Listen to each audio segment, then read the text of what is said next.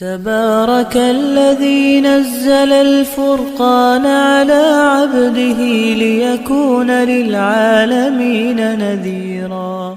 أعوذ بالله من الشيطان الرجيم. بسم الله الرحمن الرحيم.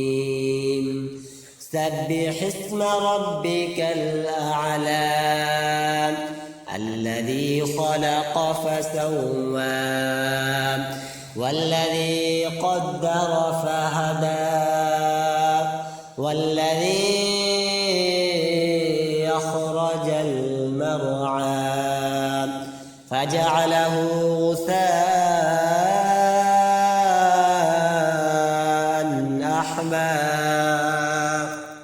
سنقرئك فلا تنسى إلا ما شاء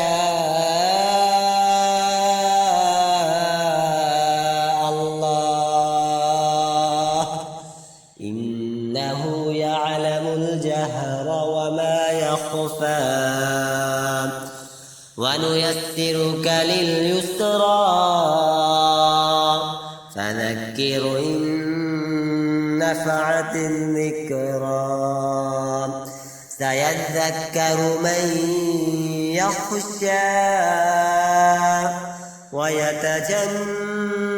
ويتجنبها الأشقى الذي يصلى النار الكبرى ثم لا يموت فيها ولا يحيا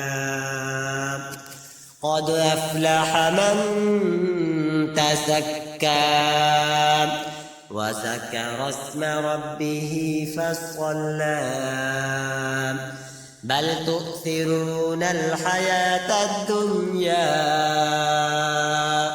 والآخرة خير وأبقى إن هذا لفي الصحف الأولى صحف إبراهيم وموسى